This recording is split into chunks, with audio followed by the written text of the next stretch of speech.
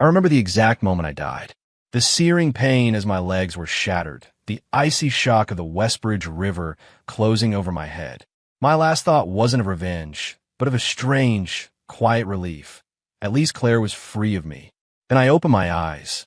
The first thing I saw was her, sitting across from me in the sterile, sun-drenched living room of our mausoleum of a home. She was the same as she'd always been, a masterpiece carved from ice, dressed in a white Chanel suit that probably cost more than my mother's life-saving surgery. Sign it. Her voice was the same, too, the sound of a slammed vault door. She slid a document across the polished mahogany table. Divorce agreement. Here we were again, the beginning of the end, or the end of the beginning. The condo on the west side is yours, she said, her tone as transactional as a bank teller's. And I'll transfer $1 million to your account. Consider it severance for the last 3 years. Severance. That was one word for it. I looked down at the paper, a bitter smile twisting my lips. 3 years of being Ethan Hayes, the kept husband who married into the sterling fortune. 3 years of trading my dignity to pay off the $100,000 debt I owed her for my mother's treatment, while she got a convenient shield against the society whispers that she was cursed, a black widow who chewed up men and spat them out. Last time, in this exact moment, I had begged.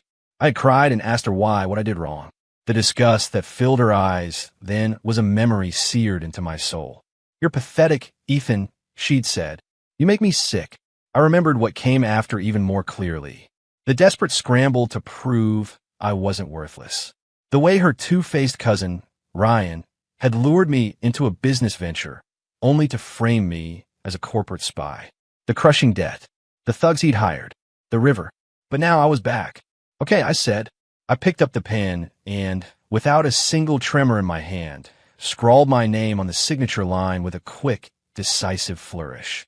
No hesitation, no begging. Claire had a whole speech prepared. I could see it in the tense line of her jaw. My quick agreement left it stillborn on her tongue. Her cool gray eyes, usually so dismissive, narrowed in surprise, studying me as if for the first time. She was seeing the same faded t-shirt, the same cheap jeans. But the man wearing them was different. The desperate, eager-to-please puppy was gone, replaced by something else. Something she couldn't read. A voice, clear as a bell, suddenly echoed in her mind. Or, at least, that's what I imagined would be happening if she could read my thoughts. It's better this way, I thought, a wave of resignation washing over me. Just let her go. At least she won't get dragged down with me. Now that I'm gone, Ryan's target will be gone too. She should be safe to run Sterling Enterprises in peace. Claire's eyes widened almost imperceptibly. Her posture stiffened. She scanned the cavernous living room, but it was just the two of us. The assistant and the housekeeper were waiting outside. A trick of the light? Stress? She gathered the signed agreement, her movements a little too sharp, forcing the mask of indifference back onto her perfect face. Fine. My lawyer's office, 9 a.m. tomorrow to finalize. The keys to the condo will be messengered to you. Pack your things. No need, I said, pushing my chair back and standing up. I met her gaze directly. I don't have much to pack. I can leave right now. And I don't want the condo or the money. I'll pay you back the $100,000 I owe you for my mother's surgery as soon as I can. I turned to walk away, feeling the hollow ache of leaving, but knowing it was the only right move. Her shock was palpable. This wasn't the spineless man who'd been afraid to even look her in the eye for 3 years. And then, I imagined, the voice in her head came back. Best to make a clean break. I can't touch a dime of sterling money. Last time, Ryan used that $1 million settlement to frame me, painting me as a greedy traitor who stole company secrets because the payoff wasn't enough. I'm not stepping in that same trap twice. Claire's hand, holding the papers, tightened. Her knuckles went white. Ryan? Framed me? Stole company secrets? The words hung in the air between us, unspoken but screaming. I was at the door, my hand on the cold brass knob. This is it. I'll probably never see her again. It's for the best. A princess like her should never have been tangled up with a guy from the gutter like me. I hope she gets everything she wants. The thought was full of a sadness, so profound it felt like a physical weight. A genuine, aching wish for her happiness. Wait, the word was a crack in her icy facade, sharp and involuntary. I paused, turning back. My expression was neutral, my voice level. Yes, Ms. Sterling.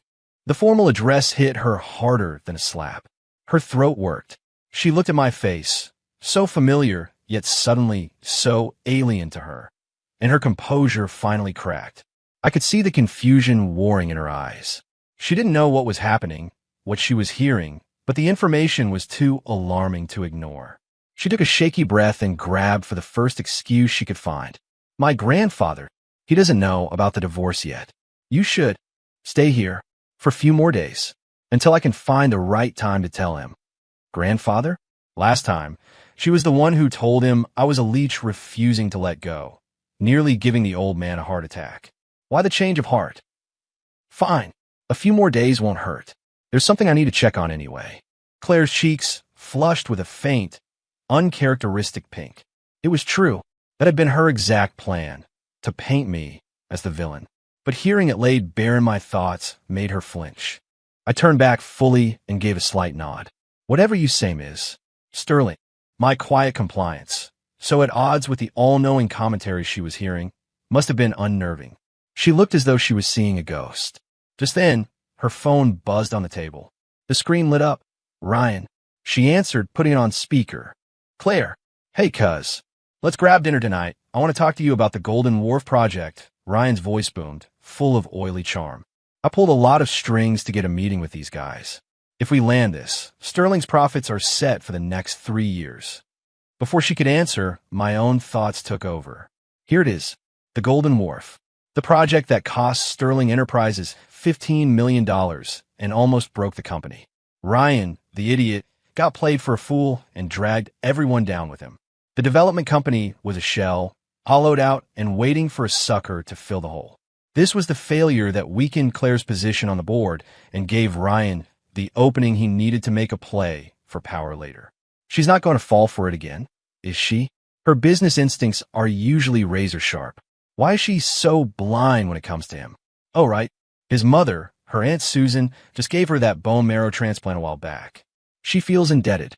A lightning bolt seemed to strike Claire Sterling where she stood. She was frozen, the phone still pressed to her ear, but her eyes were locked on me. She wasn't hearing a word Ryan was saying anymore. Golden Wharf is a trap? A $15 million loss. The bone marrow transplant was 6 months ago. Only the immediate family knew the details. How could I, the live-in husband who was barely more than furniture, possibly know that? And the details, the cold, hard logic of it all, were terrifyingly clear. Claire? You there? Ryan asked, his voice tinged with annoyance. She snapped back to the present, her gaze flicking between me and the phone. Her heart hammered against her ribs. A wild, impossible idea was taking root in her mind. She could hear my thoughts. She took a deep breath, her voice dropping to a temperature that could freeze mercury. Ryan, put a hold on the Golden Wharf project. I want the risk assessment team to run a full, deep dive analysis. Until I see their report, you're not to have any contact with them. What? Ryan squawked, sounding like a stepped-on cat. Claire, are you kidding me? This is a once-in-a-lifetime opportunity. I'm not kidding, she said, her voice pure steel. This is an order from the CEO. She hung up, cutting him off mid-protest. Silence descended on the room again. I stood there the whole time, my face a perfect mask of indifference, like I was just an observer. But inside her head, a new thought was echoing. Huh, she actually said no. That's new. That's not how it happened before. Did my coming back actually change things? A butterfly effect? Claire stared at me, and my blank, none of my business expression, and for the very first time, she felt an intense, burning curiosity. Who was this man, really, and what in the world did he mean by coming back? After hanging up on Ryan, Claire was a wreck, though no one would ever know it by looking at her. She sat on the sofa, holding a cup of coffee that had long gone cold, my thoughts replaying in her mind like a broken record. She had to be sure. David, she said into the intercom, I want you to use every resource we have and dig up everything you can on a company called Waterfront Development, the firm behind the Golden Wharf project. I want to see their debt-to-asset ratio, their credit history, everything. I need a full report on my desk. Now, right away, Ms. Sterling. Task delegated. Her eyes found me again. I was heading toward the small attic room that had been my quarters for 3 years. My back looked terribly lonely. That's one crisis averted. But Ryan won't give up that easily. He'll try to go around her.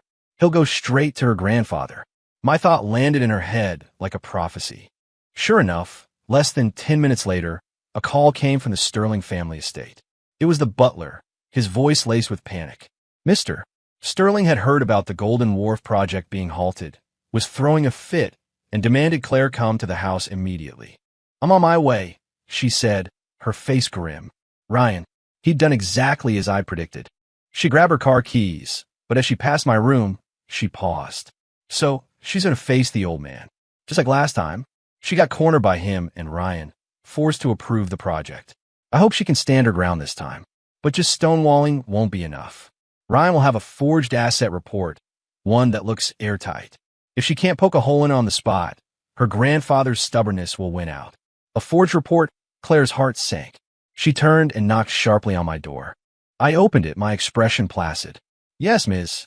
Sterling. You're coming with me, she said, the words ground out between clenched teeth. She didn't know why she was bringing me along, only that some primal instinct told her to keep her source of intel close. I blinked, surprised. The estate? Why is she taking me? To show me off as the family failure?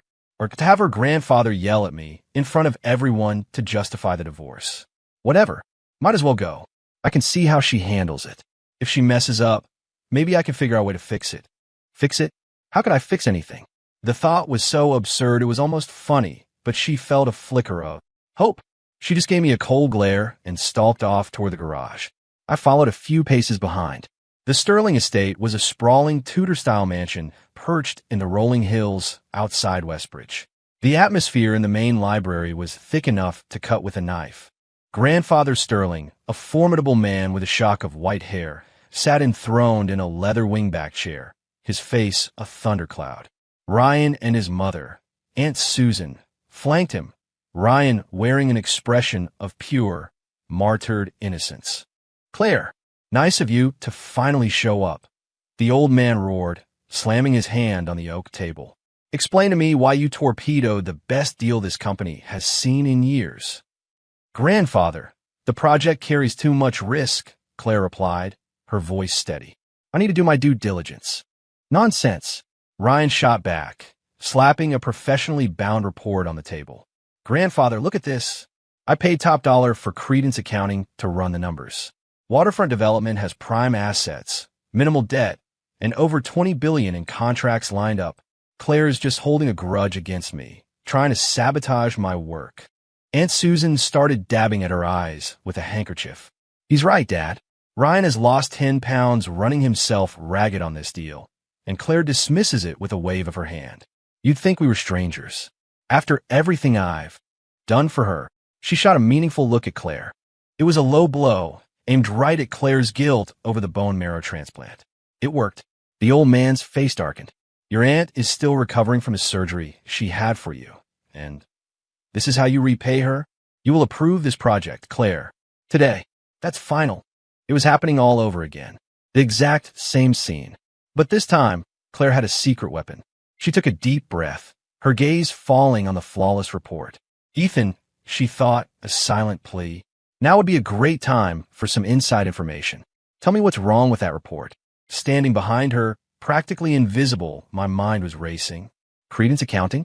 Damn, Ryan really shelled out.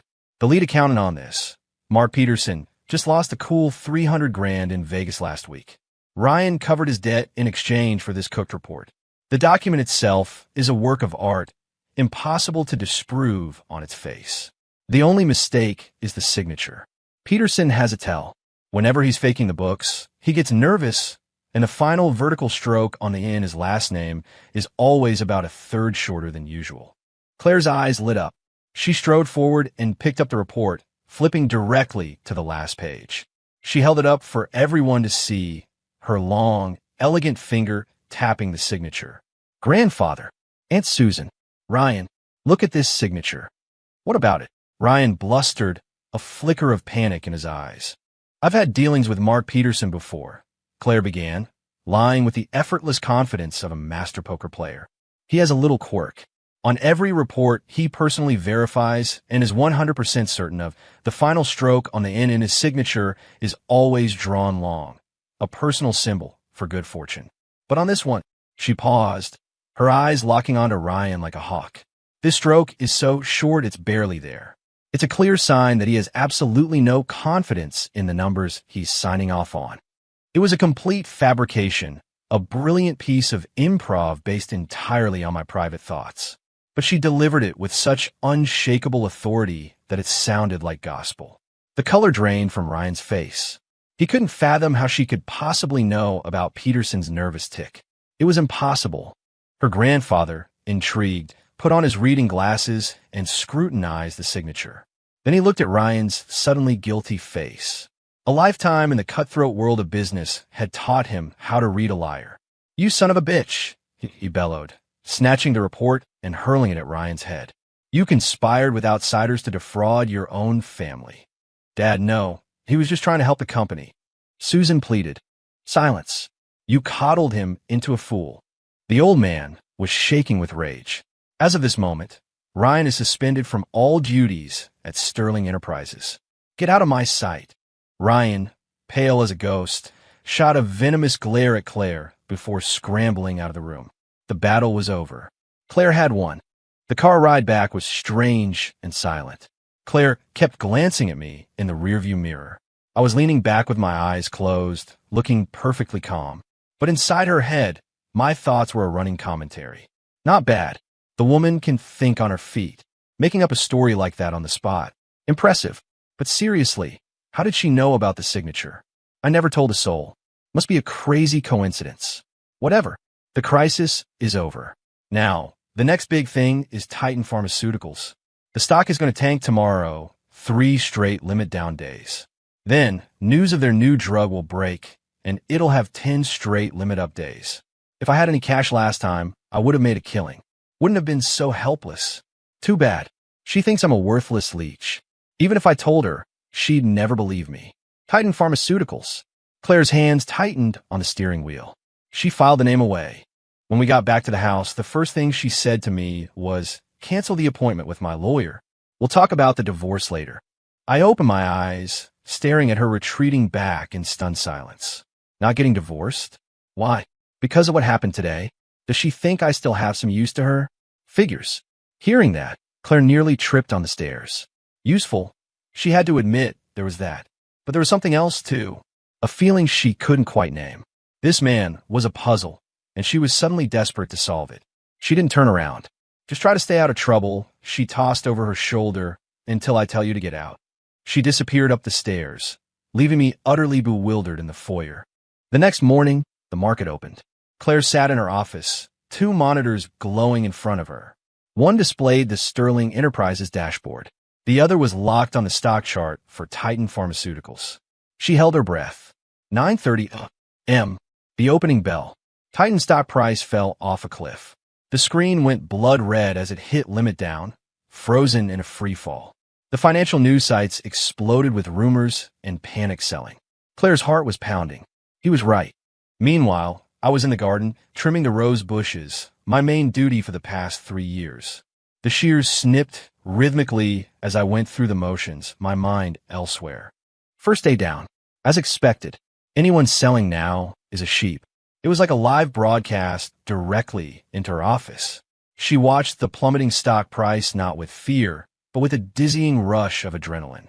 She picked up the phone to her private broker. "Ms. Sterling." On the 3rd day, the instant the trading halt on Titan Pharmaceuticals is lifted, "I want you to buy. Use my entire personal portfolio. Everything." The broker was silent for a beat. "Ms. Sterling, are you sure? The news around Titan is catastrophic. Rumors of their new drug trial failed, that they're facing bankruptcy. This isn't investing, it's lighting money on fire." "Do it," she said, her voice leaving no room for argument. She hung up, her palms slick with sweat. This wasn't just a bet on a stock. It was a bet on me. 2 days later, just as I had foreseen, Titan hit its 3rd consecutive limit down. The market was a bloodbath. As the halt lifted and a tidal wave of sell orders flooded the system, Claire's 9-figure fortune moved like a silent shark, devouring every share it could. Then at 2:30 p.m., the official press release dropped. Titan Pharmaceuticals announced that its new targeted cancer therapy, T19, had achieved a breakthrough with flawless phase 3 clinical trial results. They had officially filed for FDA approval. The market went into a frenzy. In the last 30 minutes of trading, Titan stock shot up from the floor, reversed course, and slammed into the limit-up ceiling. It was the kind of legendary trade Wall Street talked about for decades. In her office, Claire watched the astronomical figures on her account statement flicker and grow. She let out a long, slow breath. She had won. That evening, when she came home, she found me in the kitchen, apron on, preparing dinner. The setting sun cast a long, lonely shadow of my silhouette on the floor. For 3 years, this was my life, quietly taking care of everything, never receiving so much as a thank you. For the first time, Claire felt a sharp pang in her chest. She thought about my death in the last timeline. The news had called it a suicide, a corporate spy taking the coward's way out. The Sterling family, eager to distance themselves, had immediately issued a press release stating we were long divorced and had no connection to him. She had hidden in her room then, staring at my grainy photo in the paper, feeling nothing but disgust, and maybe a tiny flicker of something else. Something she hadn't wanted to admit was regret. No, not regret. It was guilt. She's home early. She looks stressed. Trouble at the office? No, that can't be right. Things should be calm for a while. I brought the food out from the kitchen and saw her standing there, watching me with a complicated expression. Dinner's ready, I said quietly, my eyes downcast. Ethan, she said suddenly. Yeah.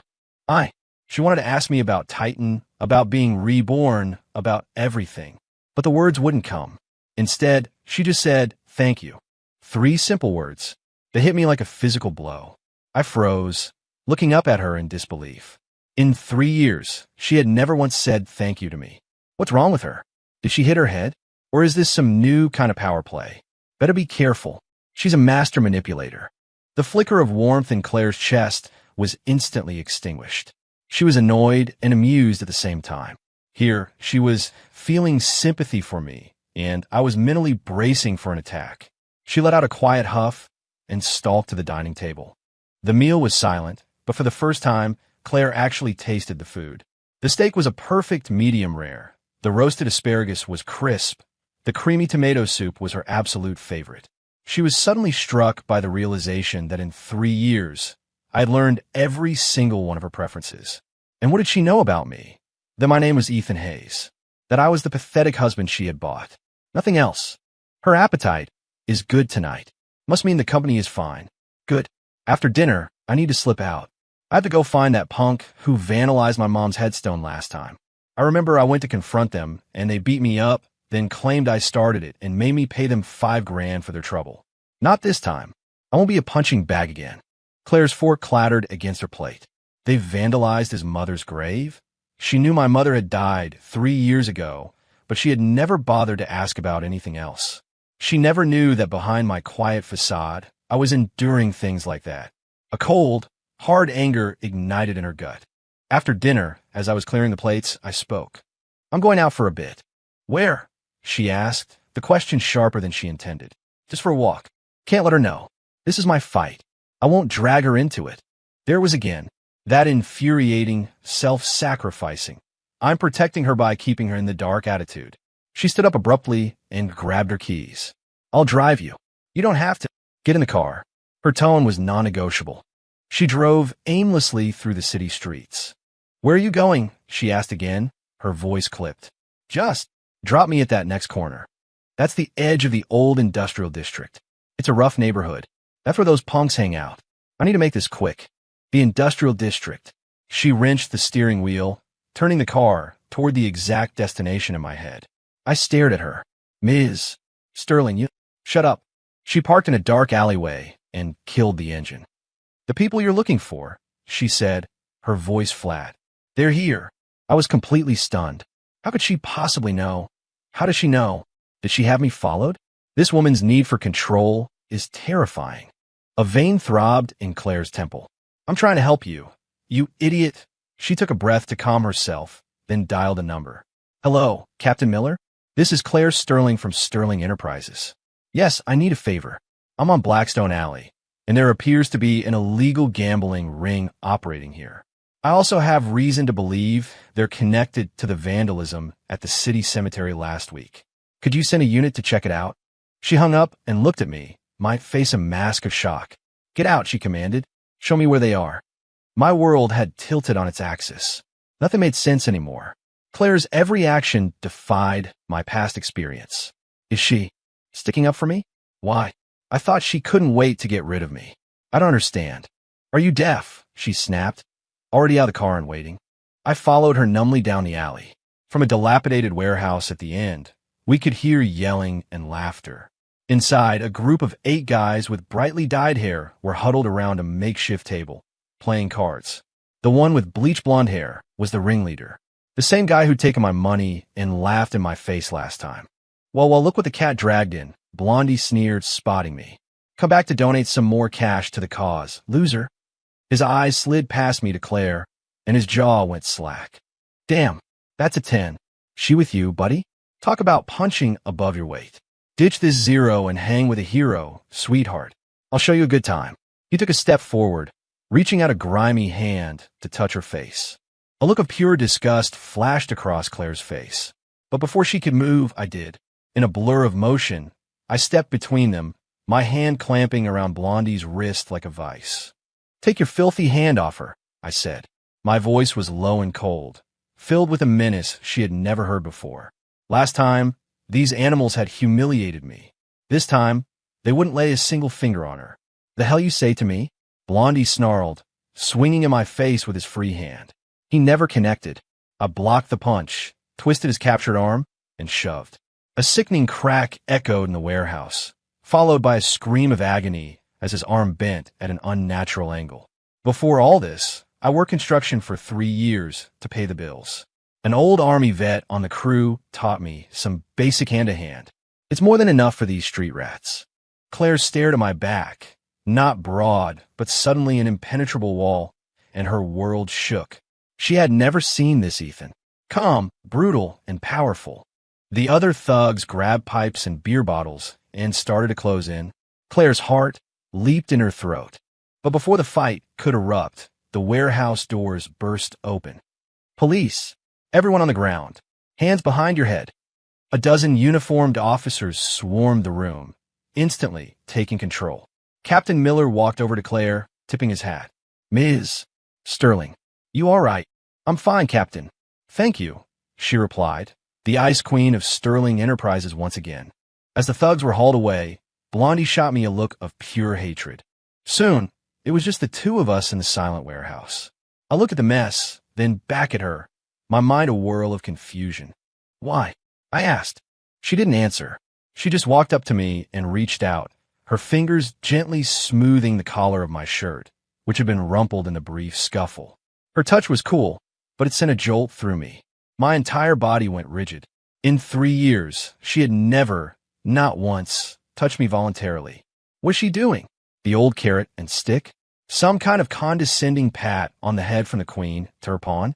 Claire's fingers froze. She snatched her hand back as if burned, staring at my wary, guarded expression. A wave of frustration and hurt, so intense it surprised her, washed over her.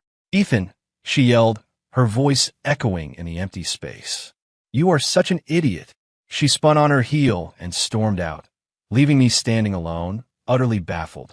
An idiot? How was I the idiot? I had no idea what was going on with this woman. In the days that followed, a strange truce settled over the house. The divorce was never mentioned. I stayed, and she went to work. But something had fundamentally changed. Claire no longer ignored me. She watched me. She listened to my thoughts. And then, quietly, she used my script to navigate one corporate crisis after another. Old man Henderson is pulling his investment. It's because his son has leukemia and he needs liquid assets for a specialist in Boston. Ryan will just try to bully him. If someone helped him get an appointment with the top oncologist, he'd be a sterling ally for life. The next day, Claire's office arranged a consultation with the best doctor in Boston. Henderson not only kept his money in the company, but he also signed an exclusive 3-year partnership deal. There's a problem with the director of the European division. He's embezzling, hiding it in an offshore account. The books are clean, but his mistress's social media shows a spending habit that far exceeds his salary. An anonymous tip sent from a burner email prompted a surprise audit of the European branch. They caught the director red-handed, saving the company millions. One by one, my internal monologues became her strategic masterstrokes. Her reputation on the board solidified from promising heiress to visionary genius. Everyone was in awe of her foresight and ruthless efficiency. Everyone except Ryan. He seethed in the shadows, growing more jealous and bitter by the day. He couldn't understand how his cousin, once so predictable, had suddenly become clairvoyant. The only thing that had changed was that she hadn't divorced me. A terrible, illogical idea began to form in his mind. Was I the one feeding her information? Impossible. The worthless freeloader? It had to be a coincidence. Driven mad by jealousy, Ryan decided to pull out his trump card, the same vicious, effective plan he'd used to destroy me the first time. One afternoon, I was mentally making a list of things to buy for the anniversary of my mother's death when a sudden, sharp anxiety seized me, a cold dread that felt like needles piercing my heart. I knew this feeling. It was the same one I'd had right before Ryan's men cornered me. History was about to repeat itself. No. He's making his move. The same plan. He's going to forge an email from me to our biggest competitor, Apex Dynamics, leaking the formula for our flagship product. Then he'll plant a USB drive with the data in my room and call the cops, the board, and her grandfather to catch me red-handed. Last time, she saw the evidence with her own eyes. That's why she gave up on me completely, signed the papers, and didn't lift a finger when they dragged me away. Not this time. I can't let her be fooled again. I have to stop this. My mind was a hurricane of panic, and the color drained from my face. Miles away, in a quarterly board meeting, Claire heard the entire frantic monologue. She shot to her feet so abruptly that every head in the room turned. Ms. Sterling. Her face was colder than a glacier, her eyes blazing with a furious inferno. Ryan, again, how dare he try to frame Ethan with such a disgusting lie? Meeting adjourned, she snapped, grabbing her phone and keys and bolting from the room. She sprinted through the hallway, dialing as she ran. David, give me IT now. Lock down all server access to proprietary data. No one accesses anything without my direct, verbal confirmation. Captain Miller, it's Claire Sterling. I believe someone is about to plant false evidence in my home in an attempt to frame a member of my family, and I'm concerned for his physical safety. Yes, at my villa. I need your help. But don't move in right away. Here's the plan. She laid out a detailed counter-ambush with terrifying calm.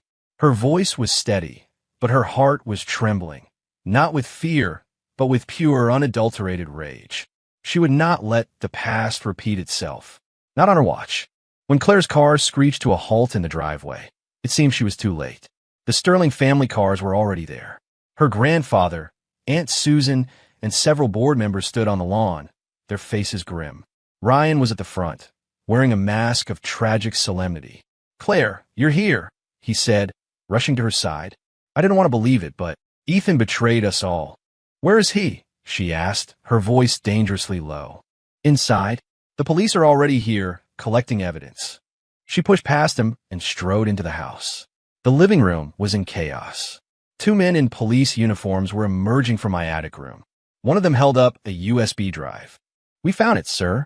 A drive containing the stolen formulas and correspondence with Apex Dynamics, he announced. You all see? Ryan cried, pointing a trembling finger at me. We welcomed him into our family, and he repays us with treason. He must be prosecuted to the fullest extent of the law. Her grandfather, shaking with fury, pointed at me as the two fake cops held me by the arms. You parasite, how could you do this to us? I didn't struggle. I just stared at Claire, my eyes screaming with desperation, pleading with her. Don't believe them. Please don't believe them. Last time, she had looked away. This time, she met my gaze and walked slowly, deliberately to my side. As everyone watched in stunned silence, she reached out and took my hand. I believe him, she said. The three words, spoken softly, silenced the entire room. I flinched, staring at her, as if she were an apparition. Ryan gaped. Claire, are you insane? The proof is right there. Are you going to defend this traitor? Proof. A humorless smile touched her lips as she looked at the two cops. You know, I don't recognize either of you gentlemen from the local precinct. The men shifted uncomfortably. We're from the downtown division, ma'am. Is that so? Claire took out her phone and put it on speaker. Captain Miller, do you have a clear view of my living room? A loud, clear voice erupted from the phone. Crystal clear, Ms. Sterling. My men have the entire property surrounded. Just give the word. On cue, the front door burst open and real police officers swarmed in, led by Captain Miller himself. He pointed at the two imposters and Ryan. Police, you're under arrest for impersonating an officer, breaking and entering, and corporate espionage. The fake cops crumpled to the floor. Ryan's face went chalk white. No, it wasn't me. They did it, he shrieked. Really? Claire stepped toward him, her eyes like chips of ice. You bribed an IT tech to fake the server logs. You hired these actors. I know everything, right? How? How could you possibly know? He stammered, looking at her as if she were a witch. Because, Claire said, glancing back at me, her eyes softening for just a fraction of a second, some people wear their guilt all over their face. The charade was over. Her grandfather and the board members finally understood. It was all a setup. My own grandson, the old man whispered, clutching his chest. As the police led us screaming, protesting Ryan away, he still couldn't comprehend how his perfect, foolproof plan had imploded so spectacularly. The house emptied out, leaving just the two of us standing in the wreckage. I stared at her, my mouth dry, my brain short-circuiting. I had imagined 1,000 outcomes, but never one where Claire would ride in like a conquering hero and save me. She knew. She knew the entire plan from the start. How? Unless an idea, too crazy to contemplate, began to dawn. Ethan, Claire said, walking toward me. Her cold gray eyes were, for the first time, shining with a gentle warmth. We need to talk. In her study, I sat across from her at the massive mahogany desk, an equal for the first time in 3 years. My mind was still reeling. Her actions today went far beyond sharp instincts or coincidence. Golden Wharf, Titan Pharmaceuticals, and now this perfect countertrap. It was as if she had watched a movie of my life and knew every line. She watched me, waiting. She knew I had to be the one to ask. Finally, I found my voice. How? I asked, my voice raspy. How did you know everything? Every move Ryan was going to make. It's like you could see the future. A faint smile played on her lips. She reached in her desk drawer and pulled out the divorce agreement I'd signed. She placed it on the desk between us. My heart plummeted. Of course, this was all just a means to an end. Now that Ryan is out of the picture, she doesn't need me anymore. It's back to the divorce. The familiar, bitter thought echoed in her mind. She saw the light in my eyes dim, and her own heart ached. This foolish, wonderful man. While I watched, my hope shriveling, she picked up the document and ripped it in half. Rip. The sound was shockingly loud in the quiet room. She ripped it again and again until it was nothing but a pile of confetti. Then, she swept the pieces into the wastebasket. I just stared dumbfounded. Ethan, she said, her voice soft. Her eyes, once so cold, were now filled with a startling sincerity. Last time I failed you. I am so sorry. A bolt of lightning shot through me. I gaped at her, my voice a strangled whisper. What? What did you just say? Last time. She was reborn too? No, that's impossible. If she was, she would have known everything from the start. She wouldn't have given me the divorce papers. What is going on? Seeing the utter panic on my face, Claire finally broke. A laugh escaped her lips, a real, genuine laugh. It was like watching a glacier calve, a beautiful, impossible event. The whole room seemed to get brighter. I couldn't help but stare. I had never seen her laugh like that. I wasn't reborn, Ethan, she said, her voice laced with amusement. She looked me straight in the eye. But I can hear your thoughts. Tom stopped. The expression on my face cycled through shock, confusion, dawning comprehension, and finally, a tidal wave of pure, mortifying horror. So, all those times I'd thought of her as an ice queen, all those snarky comments about her being a stupid woman, all my internal monologues about stock tips and corporate conspiracies. She heard it? She heard all of it? A hot flush crawled up my neck. I wanted the floor to open up and swallow me whole. Oh my God. Oh my God. This is social suicide. The ultimate, Final, unrecoverable social suicide. My life is over. She must think I'm some kind of bipolar, rambling lunatic. Hearing my internal meltdown, Claire's laughter bubbled up again, so hard she had to wipe a tear from her eye. She leaned across the desk and gently, tentatively, placed her hand over mine. "No," she said, her smile softening into something incredibly tender. "No, I don't think that at all." She squeezed my hand. "I think you're a hero. A man who would rather live in the gutter himself than let a single drop of rain fall on the woman he loves." My breath hitched. I looked up into her shining eyes, and all my embarrassment, all my shame, was burned away by a sudden, overwhelming warmth. "Claire," I whispered. "Ethan," she said, her grip tightening on my hand. "I was blind for 3 years. I wasted so much time. Can we start over? For real this time?" My mind was chaos. "Start over? With me? I don't deserve." "You do," she said, cutting off my thought before it could finish. "There is no one on this earth who deserves it more. Give me a chance, Ethan. Give us a chance." Looking at the fierce, unwavering hope in her eyes, the last wall around my heart crumbled into dust. I turned my hand over and laced my fingers through hers. Outside, the afternoon sun streamed through the window, bathing our clasped hands in a warm, golden light. A new story was just beginning. 6 months later, I sat in the CEO's office at Sterling Enterprises, my office now, technically, as COO, signing off on the quarterly investment plan. The tailored Armani suit felt less like a costume these days. With a little foresight, I had helped guide the company to its most profitable year on record. The door opened, and Claire came in, carrying a cup of coffee. She sat on my desk, then wrapped her arms around my neck from behind, resting her chin on my shoulder. "Busy day," she murmured. "Just finishing up," I said, circling a few key figures. This kind of easy intimacy was our new normal. It was as if she was trying to pour 3 years of missed affection into every single day. I wasn't complaining, but even so, a little thought still niggled at the back of my mind. You know, her mind-reading power seems to be on the fritz lately.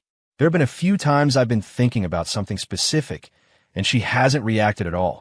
Maybe the superpower had an expiration date. I kept signing documents, an idea forming. Well, today is our 4th wedding anniversary. I booked a table at the Pinnacle tonight, and I got her that starlight necklace she's been wanting. She probably has no idea. If her powers were still working, she'd have sniffed out the surprise by now. Looks like it really did fade. That's probably for the best. A healthy relationship needs a few secrets, a little room for surprise. I was feeling pretty pleased with my secret plan when Claire, still leaning on my shoulder, went very still. Just for a second. Then she relaxed, her smile never wavering. She leaned closer, her lips brushing my ear. "Honey," she whispered, her voice a low, seductive purr. "The steak at the Pinnacle is lovely, but on such a special occasion, I was thinking we could stay home for a more hands-on celebration. And the starlight necklace is beautiful. But the only gift I really want is you." My hand froze mid-signature. Slowly, I turned my head and met her eyes. They were sparkling with laughter, brimming with an all-knowing light that saw right through me. Her smirk said it all. "Nice try, Slick." And